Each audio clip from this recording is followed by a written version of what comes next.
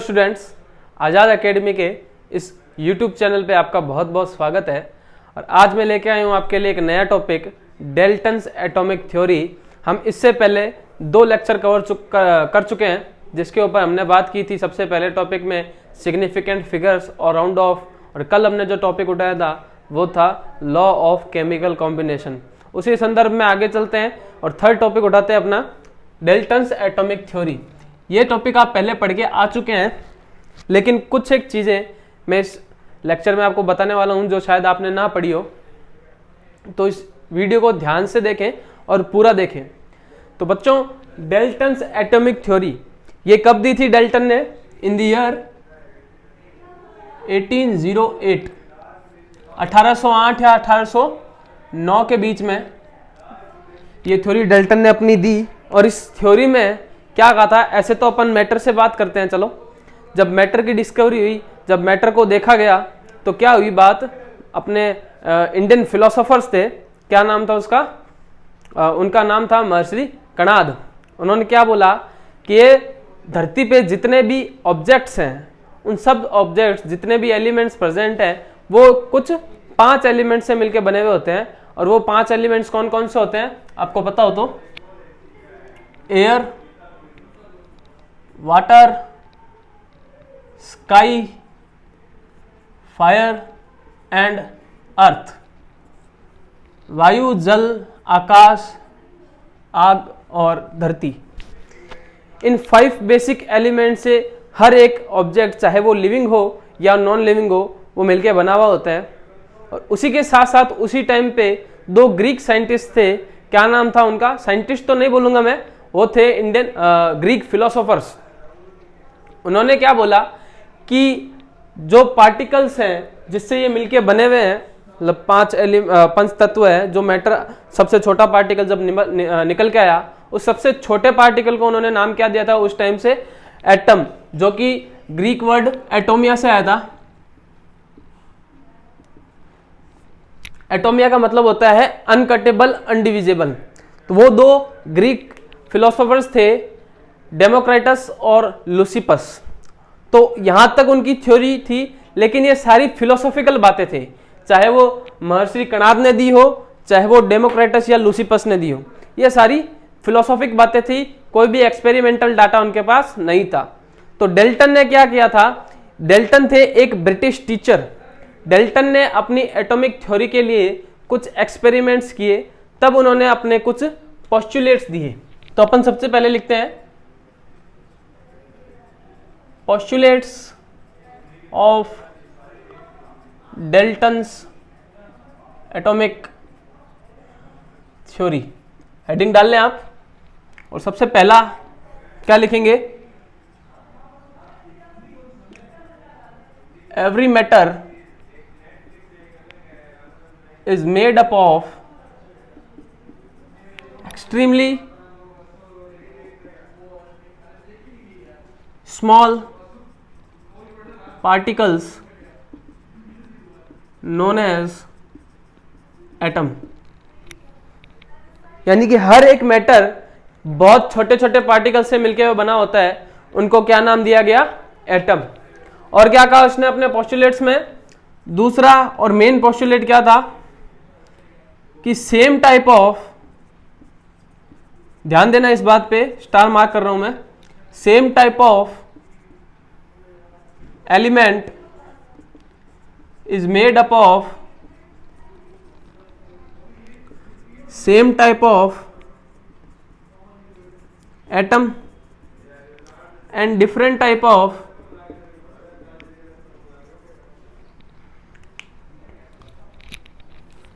element is made up of different type of atom। क्या समझे आप इस लाइन से?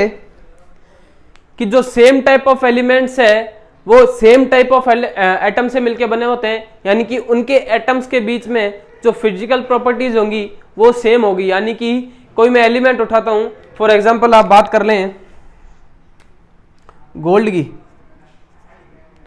गोल्ड के ही मैंने क्या निकाले दो एटम निकाले इसके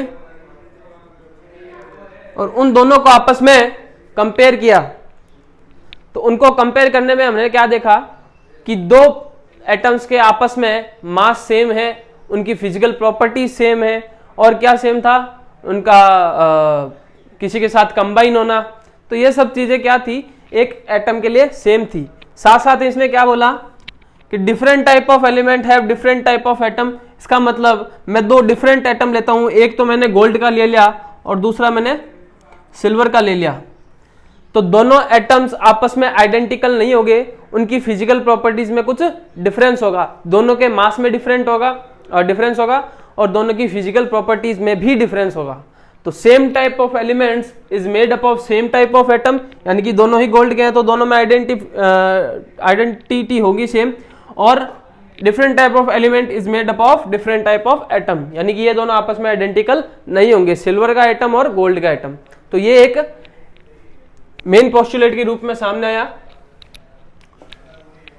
तीसरा पोस्टुलेट आप लिखें,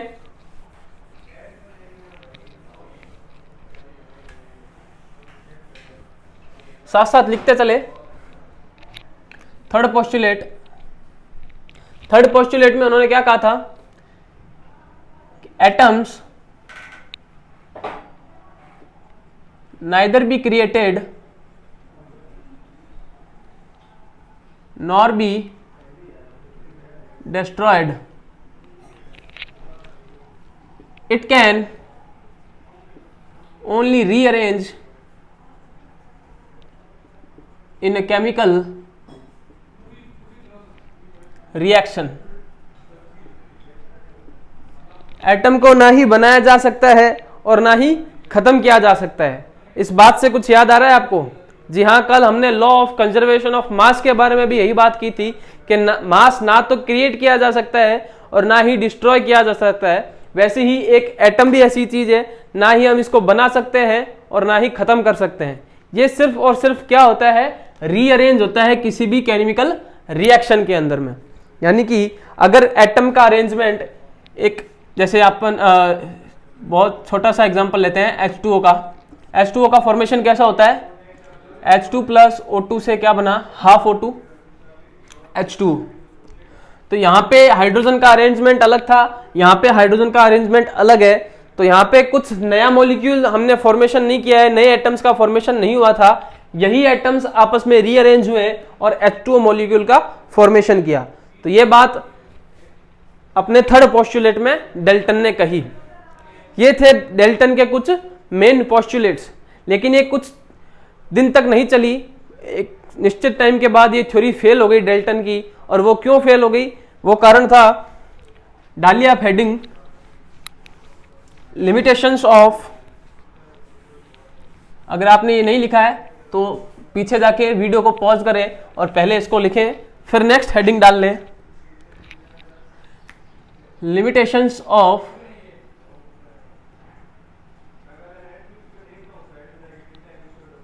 Dalton's atomic theory।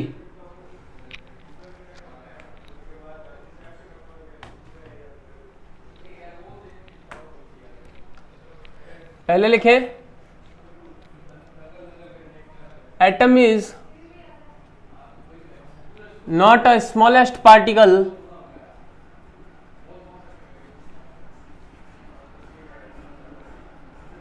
after the discovery of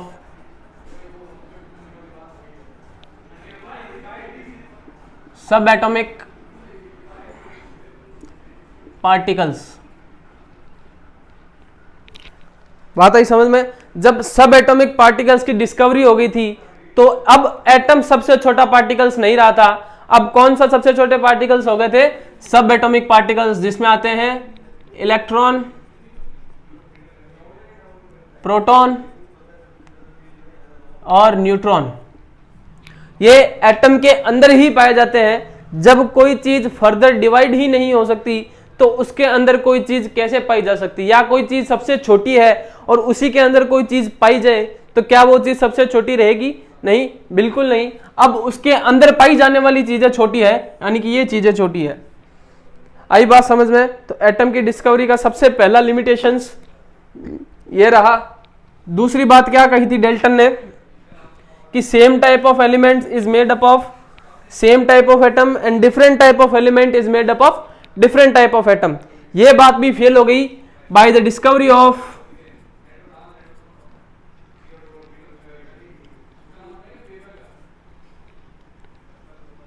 isotope. Isotope जैसे 1H1, 1H2, 1H3। आइसोटॉप वो चीजें होती है, वो मैटर होता है जो जिनका एटॉमिक नंबर सेम रहता है लेकिन एटॉमिक मास डिफरेंट हो जाता है। हालांकि ये एलिमेंट तो सेम है लेकिन इनकी क्या चेंज होगी, फिजिकल प्रॉपर्टीज सेम होगी। एलिमेंट सेम है लेकिन फिजिकल प्रॉपर्टीज है वो डिफरेंट हो गई। तो वो बात जो डेल्टन ने अपने पोस्टुलेट में कही थी, सेकंड पोस्टुलेट में, कि सेम टाइप ऑफ एलिमेंट, ये सेम टाइप ऑफ एलिमेंट है, तो अगर सेम टाइप ऑफ एलिमेंट है तो उनकी फिजिकल प्रॉपर्टीज भी आइडेंटिकल होगी, जबकि यहां पे वो बात लागू नहीं होती है, आइसोटॉप्स की प्रॉपर्टीज डिफरेंट होती है। तो ये बात यहां पे फेल हो गई। तीसरी बात कहां पे फेल हो गए थे Dalton? Dalton was failed to explain law of chemical composition या लॉ ऑफ केमिकल कॉम्बिनेशंस बोलते हैं आप।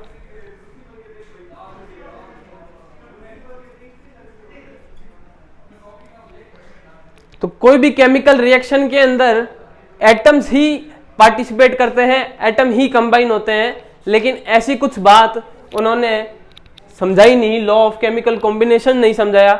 आपने कल पढ़ा है लॉ ऑफ केमिकल कॉम्बिनेशन के अंदर कि हर एक के लिए मैंने क्या लिखा था, इन अ केमिकल रिएक्शन जब पार्टिसिपेट ही एटम करता है, तो उन्होंने ये चीज क्यों नहीं समझाई कि लॉ ऑफ केमिकल कॉम्बिनेशंस कैसे काम करते हैं। तो यहाँ पे भी डेल्टन की एटॉमिक थ्योरी एंड में जाकर के फेल हो गई। तो ये लिमिटेशंस आपने हमेशा 9th और 10th तक क्या पढ़ा था, डेल्टन की एटॉमिक थ्योरी, लेकिन उनकी लिमिटेशंस आपने नहीं पढ़ी होगी जो आपने आज पढ़ ली। ये तो बात हमने कर ली डेल्टन की एटॉमिक थ्योरी पे। वो जो आर्टिकल मैंने लिखाया था सबसे पहले कि हम क्या क्या पढ़ने वाले हैं, उसमें एक टिक डेल्टन की एटॉमिक थ्योरी पे भी डाल दें और अगले टॉपिक की आप हेडिंग डाल लें। बहुत ही इंटरेस्टिंग टॉपिक शुरू कराने जा रहा हूं मैं, एटॉमिक मास, है ना। बहुत अच्छे से समझूंगा, कॉपी पेन लेके बैठ जाइए साथ साथ और लिखते जाइए क्या क्या मैं बोलने वाला हूं।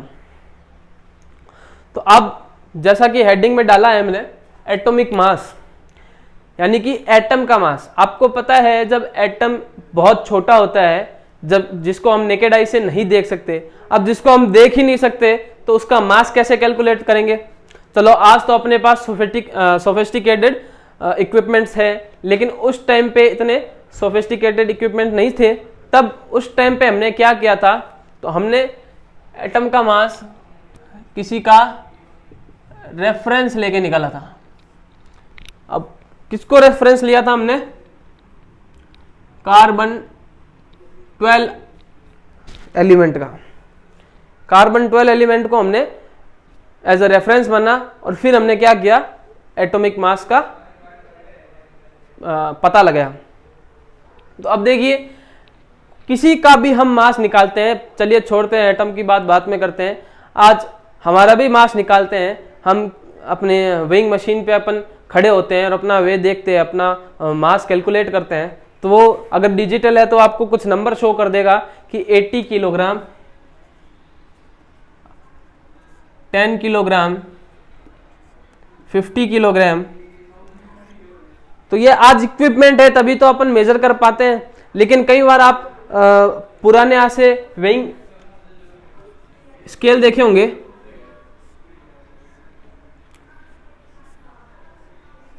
जिसमें एक तरफ दुकानदार 1 kg का एक वाट रखता है और दूसरी तरफ आपका सामान रखता है, कुछ भी आपकी प्रॉपर्टी रखता है, मान लो यहाँ पे कुछ भी है ना, जो आपने सामान खरीदने गए थे वो सामान उस तरफ रखा और वो क्या करता है, उसको वे करता है।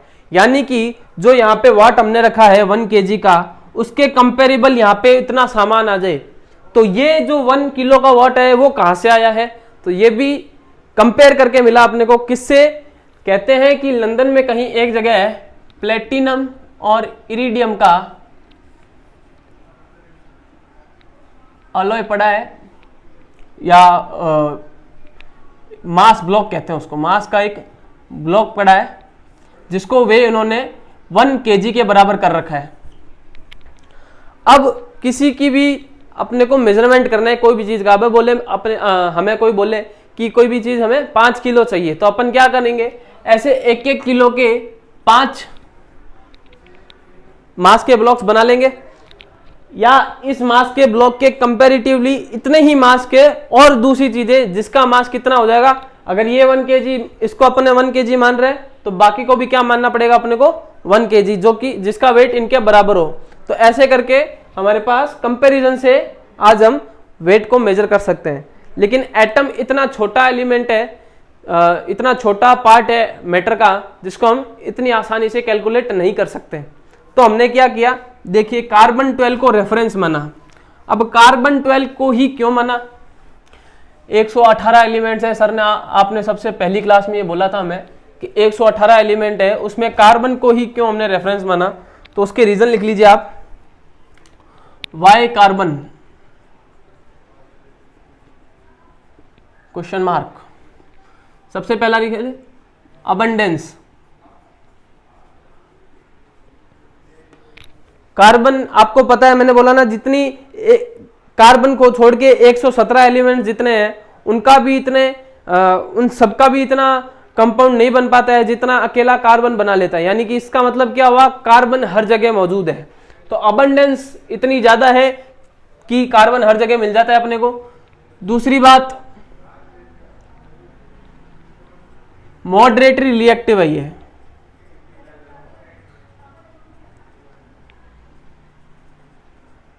ना तो ज्यादा रिएक्टिव है और ना ही लीस्ट रिएक्टिव है। और तीसरी बात, नो आइसोटोप्स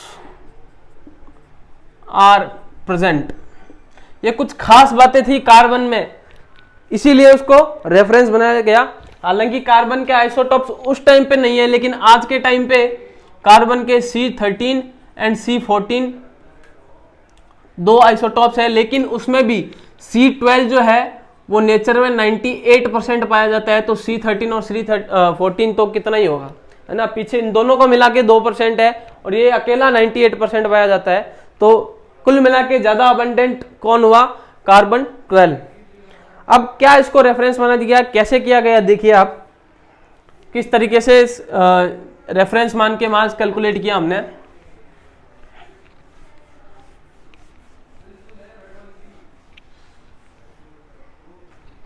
मैं आपको दो तरीके से यूनिट बताऊंगा कि कैसे हमने इसको रेफरेंस मान के एक किसी एटम का मास निकाला। तो क्या बोला, यूनिट ऑफ एटॉमिक मास वो होती है AMU, एटॉमिक मास यूनिट। किसी भी एटम का मास हम इसमें कैलकुलेट करेंगे AMU के अंदर, क्योंकि बहुत छोटी क्वांटिटी है। तो एटॉमिक मास यूनिट में उसकी एक यूनिट हो गई। अब कैसे कैलकुलेट करना है, देखिए 1 AMU किसके बराबर होता है, 1/12 of mass of C12 atom. 1 AMU कितना होता है, 1/12 of mass of C12 atom. अब हमने आज तक ये देखा है कि C12 एटम का मास कितना होता है, 12 ग्राम पर मोल। ये इसका मोलर मास है। अब सर मोलर मास क्या होता है, मैं बताऊंगा नेक्स्ट वीडियो में जब हम मोल कंसेप्ट के ऊपर आ जाएंगे। अभी इतना ध्यान रखो, आपने आज तक कार्बन का मास 12 ग्राम लिया है, वो 12 ग्राम मोलर मास है, यानी कि 12 ग्राम एक मोल के अंदर होते हैं। तो एक मोल के अंदर नंबर ऑफ पार्टिकल्स या नंबर ऑफ मॉलिक्यूल्स या नंबर ऑफ एटम्स, कुछ भी बोल सकते हो। नंबर ऑफ एटम्स लिख लेता हूं मैं, नंबर ऑफ एटम्स इन 1 मोल कितने हुए, Na के बराबर। तो एक मोल का मास 12 ग्राम है, यानी कि 12 ग्राम के अंदर में Na मॉलिक्यूल है। तो अपने को एक एटम का मास निकालना है, तो 1 एटम का मास कितना हो जाएगा, 12/Na। ये बात आई समझ में। अब अपने को क्या करना है, 1 AMU की वैल्यू निकालनी है। मैंने क्या बोला, 1 AMU की वैल्यू कैसे निकलेगी, ये अपने पास एक एटम का मास आ गया है, देखो कार्बन के एक एटम का मास आ गया है। तो कार्बन के एक एटम का भी 1/12 है 1 AMU, यानी कि इसका भी क्या कर दे, 1/12 कर दूंगा। आप ऊपर देखिए, इस लाइन को लिखते रहने दीजिए, आप ऊपर देखिए, यहां देखिए आप,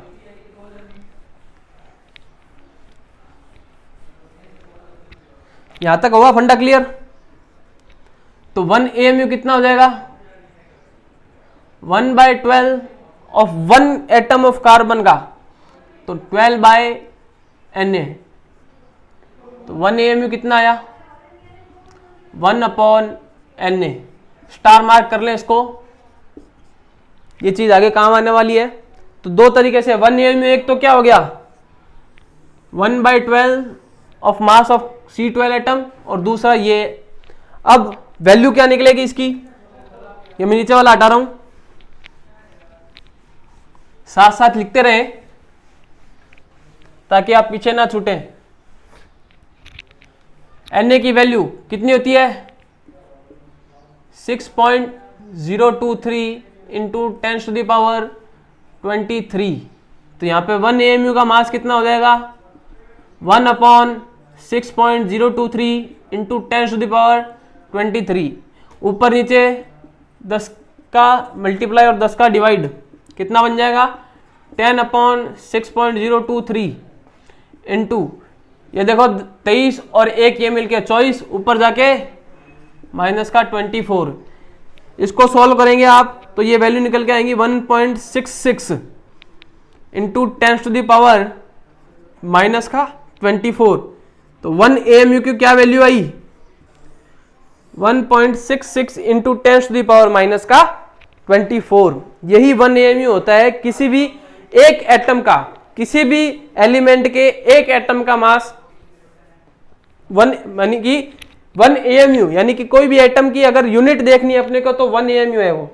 अब किसी भी एलिमेंट का मास अपने को AMU के अंदर निकालना है, तो वो कैसे निकालेंगे देखना, ये लिख लें आप। उसके बाद मैं आपको एक एग्जांपल बताता हूं।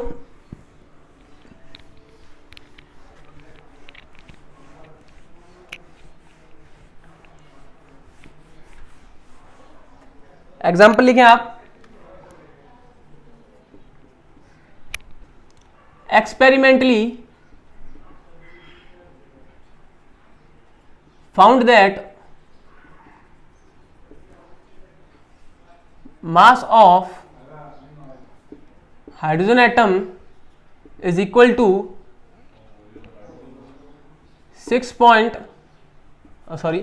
1.6736 into 10⁻⁻24 ग्राम, है ना। यूनिट पे ध्यान देना, ग्राम है। तो फाइंड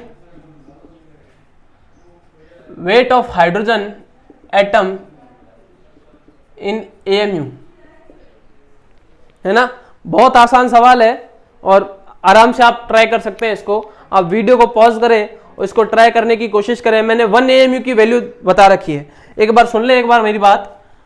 1 AMU कितना होता है, 1.66 इंटू 10⁻⁻24 ग्राम के अंदर में, है ना। ये वैल्यू किस में आई थी, ग्राम के अंदर में। यानी कि 1 AMU में कितने ग्राम होते हैं। अब ये अपने को ग्राम में दे रखा है, तो इसकी वैल्यू अपने को किस में निकालनी है, AMU के अंदर में। अब ध्यान से देखना, इसका मतलब क्या हो गया कि इतने ग्राम में 1 AMU होता है। इस वैल्यू को, पूरी वैल्यू को मैं क्या बोल सकता हूं किसी भी एटम का 1 AMU यानी कि इतने ग्राम में 1 AMU आएगा। अब इसको निकालने की कोशिश करें। आप पहले बहुत सी मैथ की प्रॉब्लम सॉल्व करते थे क्या कि 100 रुपए में 10 पेन आते हैं, तो एक पेन की कीमत क्या होती थी, आप डिवाइड करते थे 100 में 10 का, तो एक पेन की कीमत आपके पास आ जाती थी 10 रुपए। वैसा ही इसके साथ करना है। कैसे करोगे देखिए,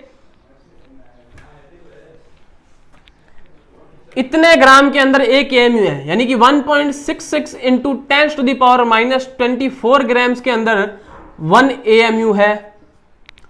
तो एक के अंदर कितना होगा, तो एक ग्राम के अंदर कितने AMU आएंगे, 1/1.66 into 10 to the power minus 24 gram. 1 gram में इतने AMU आएंगे।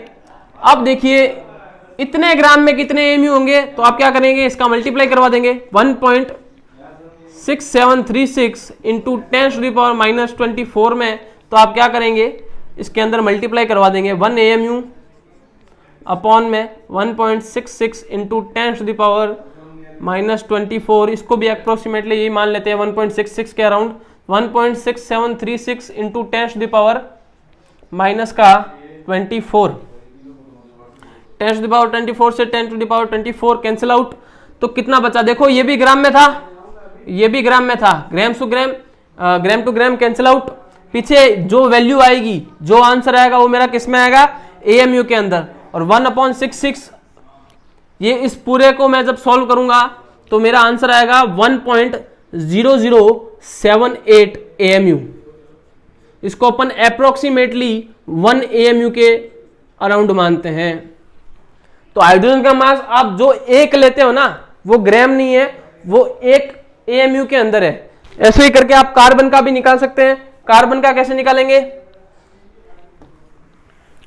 ये आपका होमवर्क है। कार्बन और ऑक्सीजन का मास AMU के अंदर आपको निकालना है।